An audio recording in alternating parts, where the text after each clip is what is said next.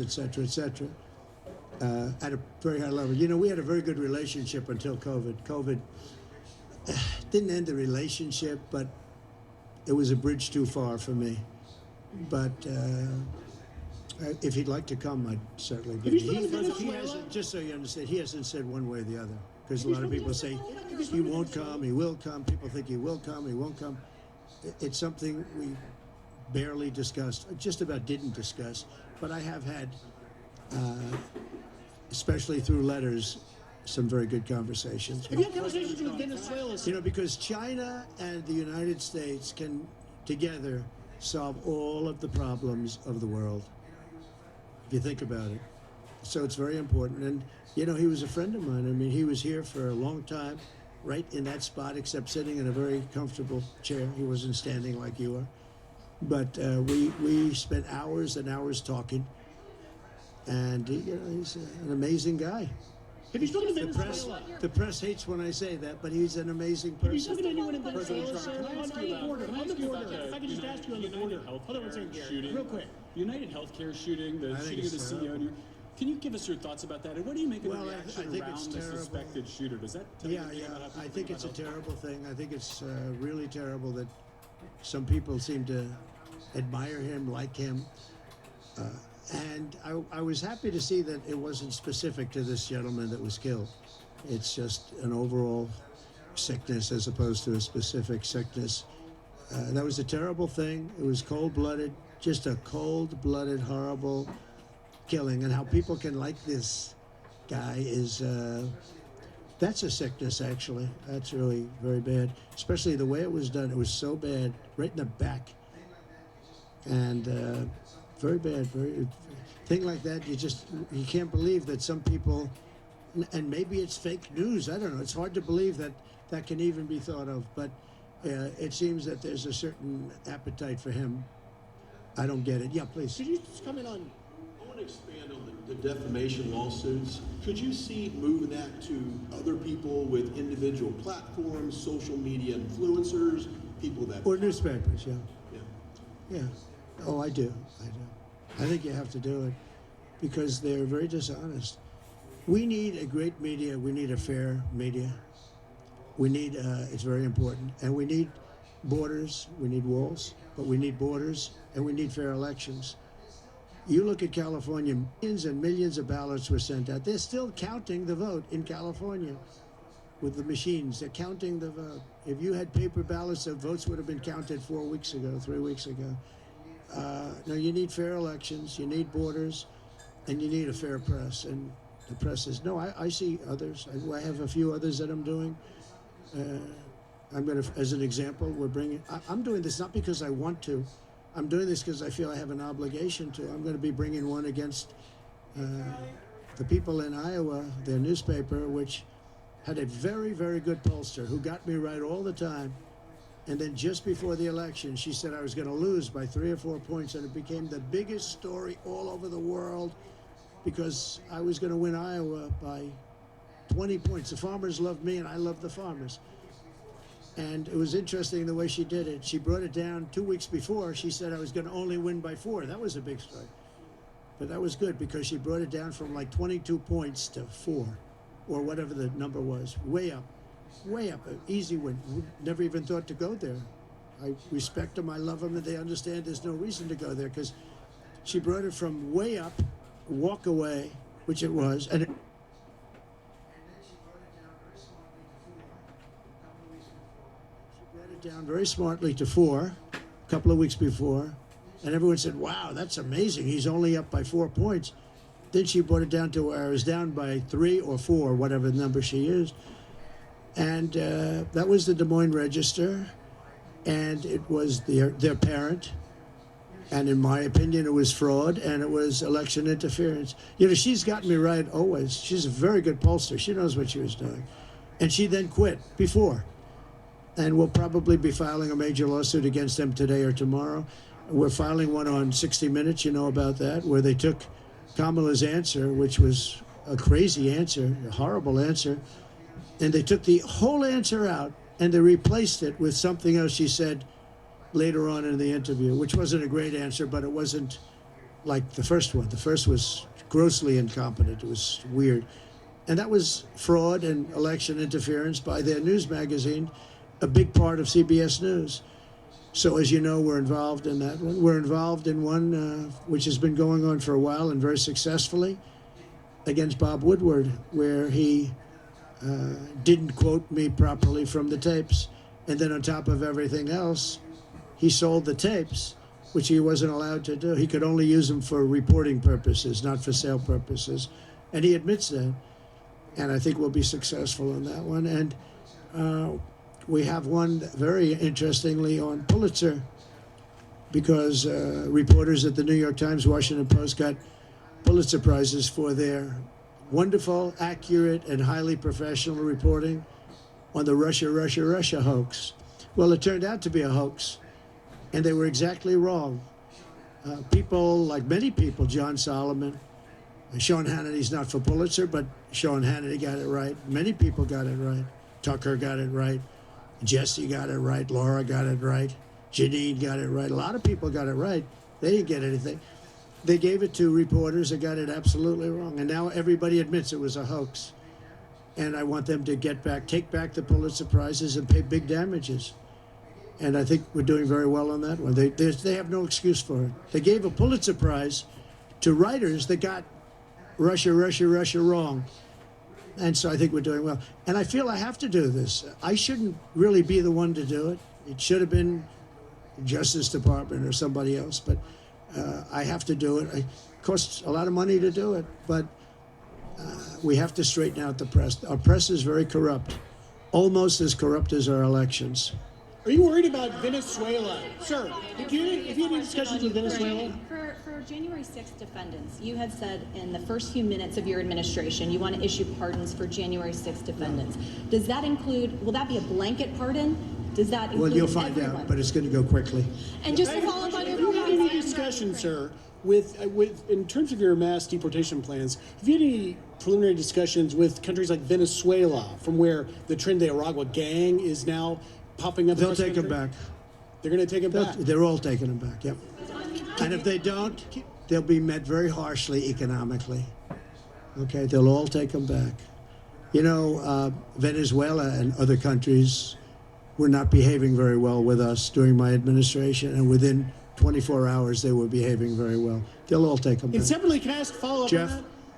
nice to see you, Jeff. This is like the old days, right? You've actually look much better now than you did 4 years ago. What are you doing? What's he doing? All right, go ahead. Thank you, sir. The first day you just mentioned that you're in office, I imagine you've got some executive orders that you're Yeah, a going lot to of go them. through. Can you tell us what We'll have a lot. Well, What are your priorities? I bet you could tell. You could say as well as I could. We'll have many executive orders and other things that we'll be signing on the first day. Can you also, just going back to my initial question about the Middle East, you said that your conversation with Prime Minister Netanyahu was kind of a review. Did you repeat We that just had a threat? very good conversation, and you know the real conversations will start on the 20th. But we had a really good conversation, and I think we're going to be in a good place in the Middle East. I think the Middle East will be in a good place. I think actually more difficult is going to be the Russia-Ukraine situation. I see that as more difficult. When you say that I don't think they should have allowed missiles to be shot 200 miles into Russia. I think that was a bad thing.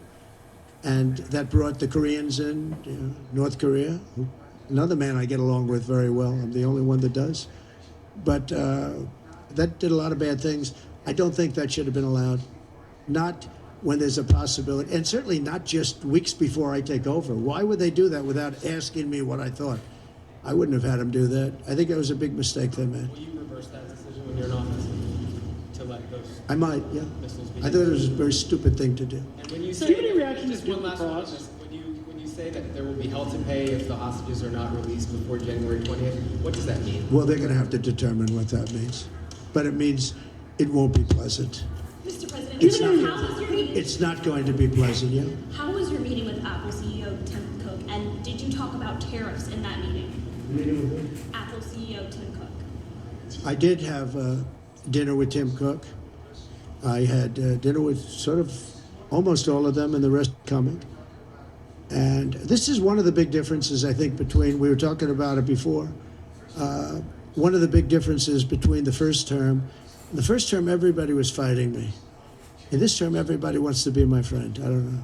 My personality changed or something. But I had, as you know, I had Sundar from Google, but I also had Sergey. Nobody reported that. Sergey is the owner, the primary owner, along with his friend, as you know. And Sergey was here also. I can't believe you didn't pick that one up. Nobody picked that up.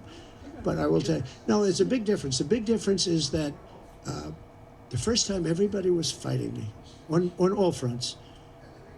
And we had a great administration. We got the biggest tax cuts in history, rebuilt the military. Too much of it was given away to Afghanistan, stupidly given away, horribly given away. I think that's one of the reasons that Putin went in to Ukraine when he saw the stupidity of Milley and these guys. They're stupid people, very stupid people. If they didn't do such a bad, we were pulling out of Afghanistan, but I would have pulled out with dignity and strength. They wouldn't be having parades, I guarantee you, showing our equipment that they left behind, because we weren't going to leave any equipment behind, not 10 cents. We were going to take every screw and every bolt. Yeah, the biggest difference is that people want to get along with me this time. Well, they've gone through 4 years, and it wasn't easy for me, but it wasn't easy for them either. And that's a great thing, though. Getting along is a great thing. So Tim Cook was here. I think he's done an incredible job at Apple. He talked about the future of Apple. It's going to be a bright future. But we have many others also, and not in that business. And we do have Jeff Bezos, Amazon, coming in sometime during the week. Look forward to that. We have a lot of great executives coming in. The top executives, the top bankers, they're all calling. And honestly, in the first time, I don't know what it was.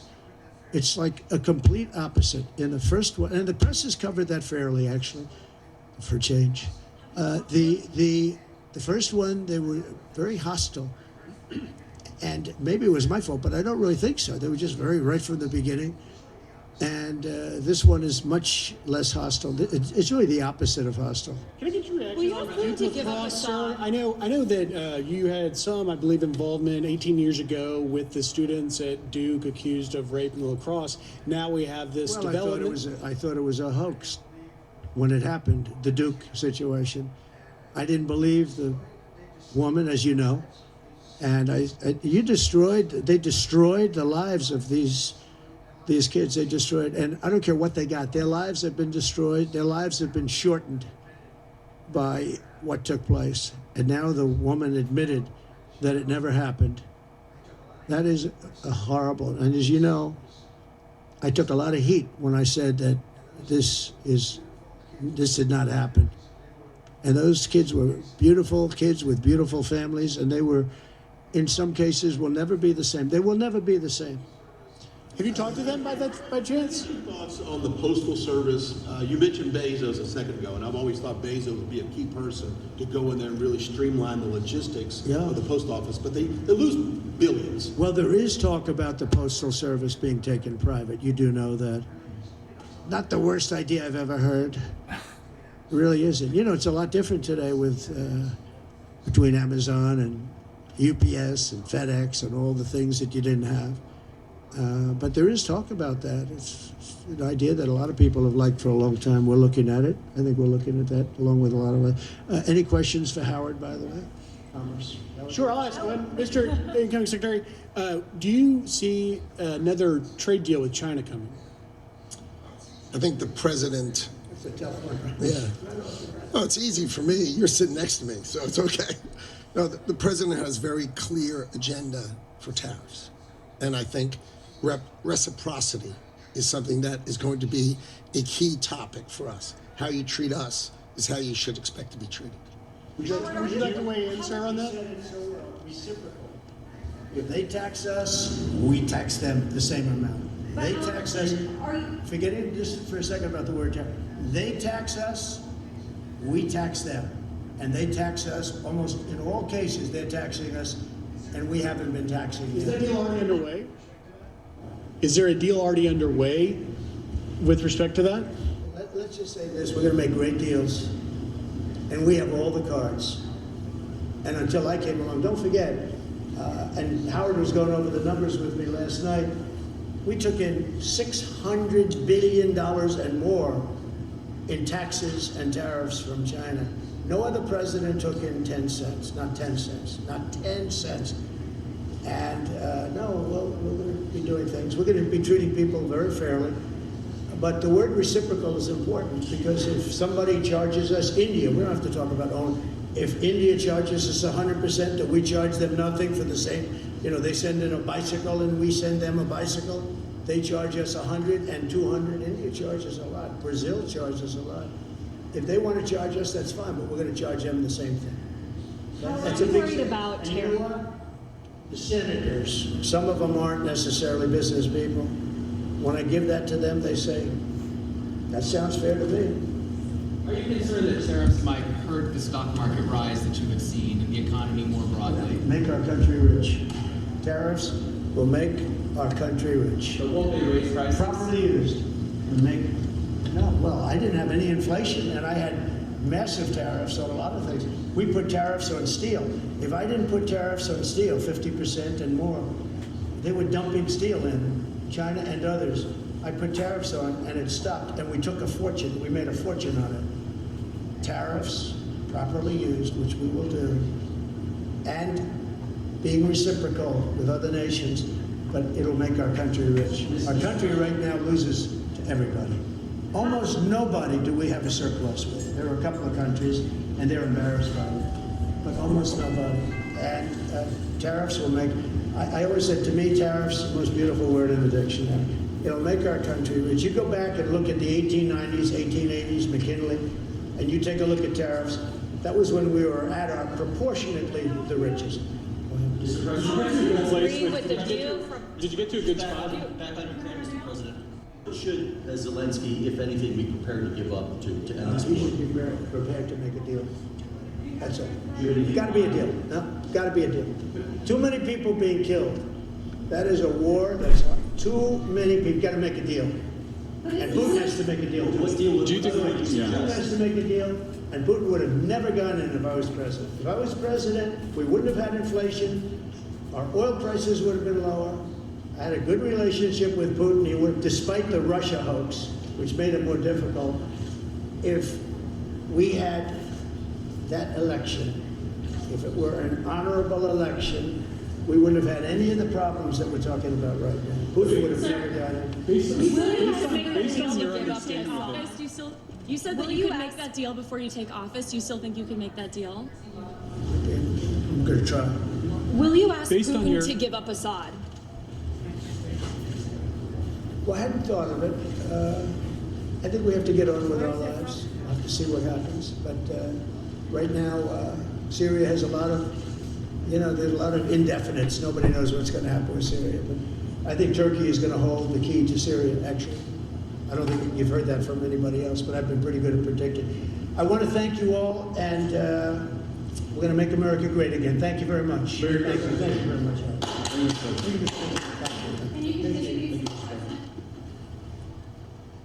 You've been listening to President Trump for about an hour and 15 minutes. Take questions. Now, notably, President Joe Biden has yet to give a post-election press conference. That was President-elect Trump going for more than an hour, making one thing very clear. The real-time negotiating is back. The freewheeling press conferences are back. You saw the fervor of the press is indeed back. And a list of just some of the topics he covered. I've been keeping a running list. Iran, Ukraine, Netanyahu, TikTok, vaccines, the post office, tech CEOs, pardons and Seltzer, the UHC killer, China, inauguration, Lara Trump, Pete Hegseth. And there was a lot more news than just that. Well, hello everyone. This is Outnumbered. I'm Kayleigh McEnany here with my co-host, Harris Faulkner. Also joining us, Ainsley Earhart, co-host of Fox and Friends, Morgan Ortagus, former State Department spokesperson and founder of Polaris National Security, and Guy Benson, Fox News contributor and host of The Guy Benson Show on Fox News Radio. I want to start with the real-time negotiating I mentioned. You had the SoftBank seat. I just want to thank you for watching. I took that feed from Fox News, which you can see behind me, and it is a great network. And I encourage you to whatever cable outlet that you have in order to have Fox News, get them. That is my thank you, respect to them. They are the best television news agency I have ever witnessed in my 64 years of life. I love them very much, and I love their entire staff on air and off. I just think that they clean up the house the way it needs to be cleaned up, and they keep it clean, and they keep it fair and biased. And that's what I love about Fox News. But enough said about that. We've heard from President Trump. There's a lot to discuss about that. I'd hope that you will subscribe to my channel and put your comments and suggestions and your thoughts and like my channel. And we will promise you that we will continue to do more. And I pray over all of you and your families that you have a healthy and prosperous Christmas, Jesus first, and a happy new year. God bless you. I love you all, my brothers and sisters.